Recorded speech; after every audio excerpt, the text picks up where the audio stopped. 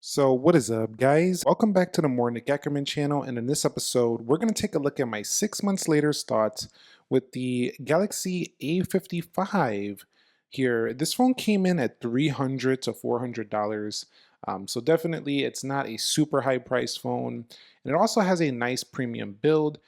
Initially it was closer to 550, but now it's closer to a $300 to $400 price. However, you could pay a couple hundred more and get a Galaxy S24 FE.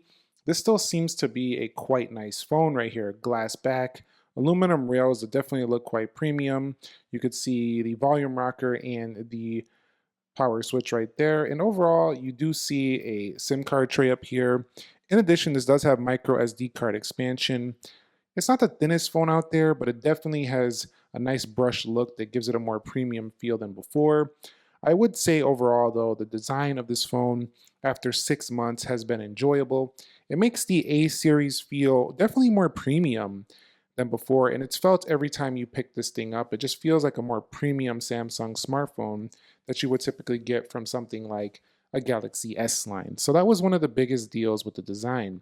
One thing I'm not a huge fan of, though, 6 months later still, is the bezels. And I know a lot of phones in this price range tend to have sometimes thicker bezels, but some of these cheaper phones are starting to now get curved displays and flagship like panels, honestly, for a lower price tag. So I definitely do not really love the bezels on here, and that's an area I think that Samsung can improve the design on the next Galaxy A line. So when it comes to the weight of this phone, the ergonomics, it definitely feels quite bulky. It is 213 grams, so it's not the heaviest phone out there, but it feels like a max size phone. It feels pretty large. If you really like large phones, you'll really like this, but at 6.6 inches, it's up over some previous A phones. It definitely doesn't have the smaller, more compact feel of some of the earlier A phones with the plastic backs. This feels like a super large phone at 6.6 inches. It's just like a max size phone or anything like that, or ultra size. It's pretty close to those sizes in the screen dimensions, but that to some people is a really good value. So what it means is that the phone itself actually feels really large when you are going between your apps, reading some articles and stuff like that. It definitely feels quite nice in that area. So if you swipe out, we go over here to the Play Store. You'll see that we go over here. You have plenty of room. Hold on, let me bring an application in. You have plenty of room to do things like split screen, and it's a good size for this. It doesn't feel too cramped. So I definitely like it for that reason, but you do have to sacrifice having a little bit less of an ergonomic feel because of that. So the Galaxy A55's design, quite nice, but definitely pretty large at 6.6 inches. So when it comes to display, this is a 1080p panel, so it has actually been pretty good overall, but it's not 2K, anything like that, but it actually helps it have better battery life. It does have a 120 hertz display, and it is up to 1000 nits, so that's actually pretty bright for this category of phone. You wouldn't expect a display that bright usually at this price tag, so it's pretty bright. Although it is Super AMOLED, it is not their dynamic AMOLED, which is definitely better tuned and better, more accurate. But they do have the vivid modes, they do have the natural modes, and you can definitely do some advanced settings. You could also use Eye Comfort Shield. You can go to advanced settings in here, and you could tweak your RGB settings, which is quite nice. You can also get a quick preview right here of those settings. If we scroll down, you can see the brightness slider right there. And if we go to Eye Comfort Shield, you'll see right here we do have custom eye comfort. You could schedule that. So definitely a pretty well-rounded display without having the highest sharpness levels that you'll find on some of the S models. But it's definitely enough to go ahead and consume some content. For example, like if you're reading an article, it's a pretty large, nice contrasty display. And it does have PWM, as you could see a little bit in this video. But overall, it's a incredibly decent display. I don't think anybody is going to be disappointed with what they get here on this Galaxy S, on this Galaxy A55. It's definitely been enjoyable. It's also good that you can go ahead and go in landscape mode. In addition to that, you can do split screen and stuff like that. So it's definitely something I enjoy, having the ability to have split screen. And then you could see with this being a 6.6 inch display, there's enough room to read an article on the right while also doing something over here on the left. The punch hole is larger on this panel than you'll find on some of the nicer S-line models, but it's definitely not too obtrusive or too much in the way. There are phones out there with more of an all-screen phone at a similar price point, but if you want the Samsung ecosystem, I think this has been close to like a flagship Samsung phone of years ago, but now in a budget price. So when it comes to the software on this phone, we are looking at the One UI 6.1. Now the One UI on here is definitely not quite the level of the ones on the S line, as those have the Galaxy AI features, but it still gives you most of the core functionality, including some, device care settings you'll see here that are pretty nice. You also have the maintenance mode. You do have digital well-being controls, some extra advanced features here. Like you even have some labs features here, multi-windows for all applications and dark mode applications. You can go ahead and turn those on as well.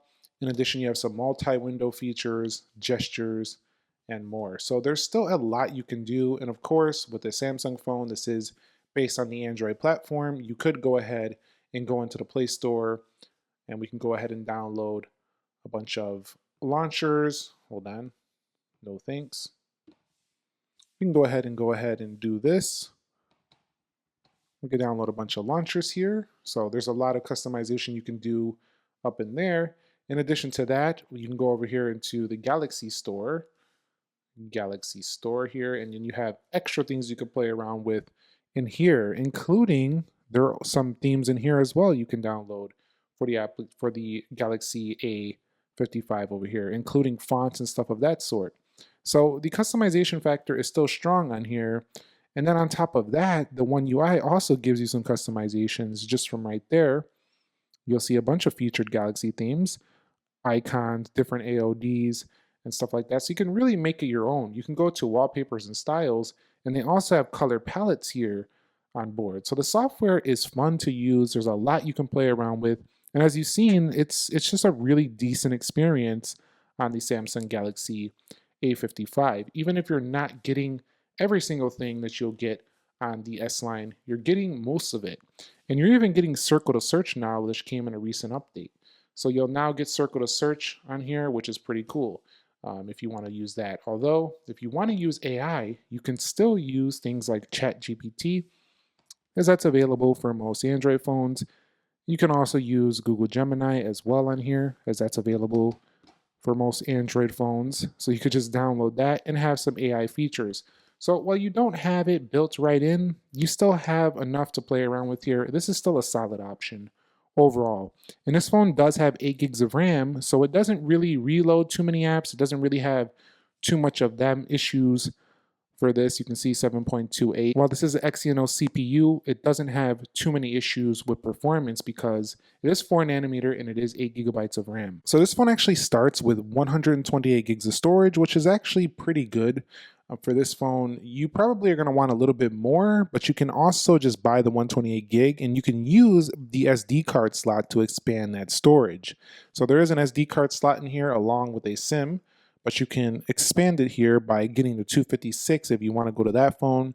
And then you can also use this memory over here.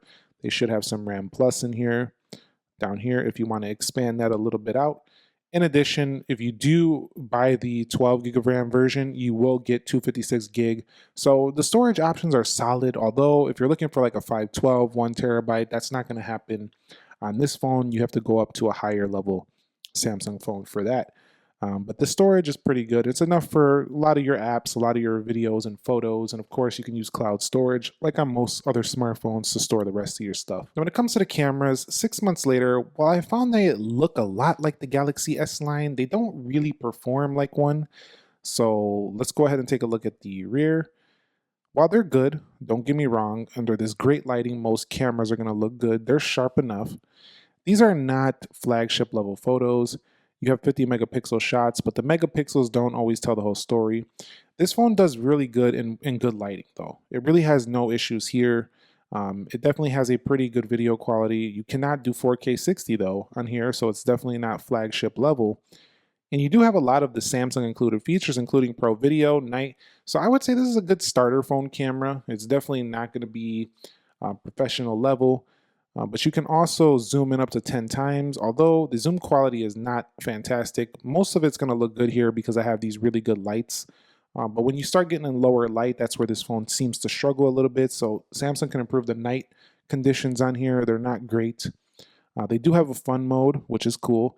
You can use the fun mode if you like to do some fun things. So this is definitely a little bit different than you find on some flagships. So it could definitely be good and fun to use if you're going to be doing some social media stuff. The front-facing camera is pretty nice. It does have 32 megapixels, although the actual results, even though it has this, don't actually look better than what I see on like the S line. Even though the S line doesn't have the same camera, they don't look better. So video and photo, everything on here to me is just adequate in the camera, front and rear. So again, it looks the part, but it doesn't technically perform the part. So I would say that if you're looking for the best camera, even at this price, there's probably better camera phones out there. This is not going to be the move. This is good and adequate, but it's not amazing and phenomenal. It's just good enough. That's kind of how I could describe it. 6 months later with the audio that comes out of here is actually plenty loud. It's actually pretty loud. It's actually loud enough to kind of rival some flagships of the past. So it's not like really any big issue when it comes to the audio.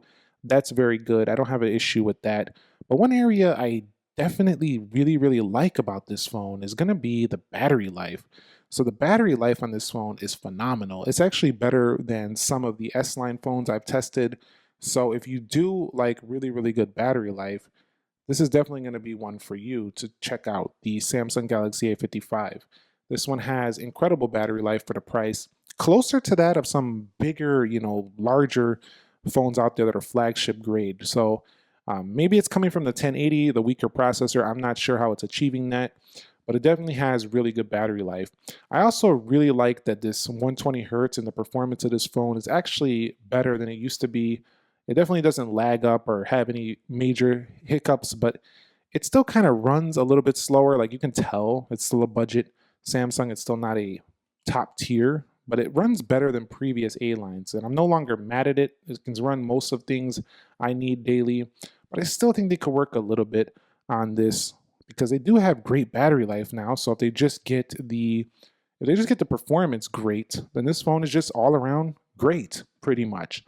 So I understand I have to make some sacrifices to get at this price, but a lot of mid-rangers are starting to get even better and better. So there's a couple areas I feel like this one could get better, but the 5,000 milliamp hour battery here is really fantastic, and the charges is relatively quick through USB-C, although this is only Type 2.0, so don't expect the fastest transfer speeds. 6 months later, I tend to really not like this optical fingerprint sensor. While it is usable and it kind of feels like you have the top of the line under display tech, you don't, because you got to hold this thing down. You got to be pretty accurate. This is not the ultrasonic of the Samsung Galaxy S24 line. If I don't hold this properly or a little bit long enough, it definitely, I just miss on this optical one more.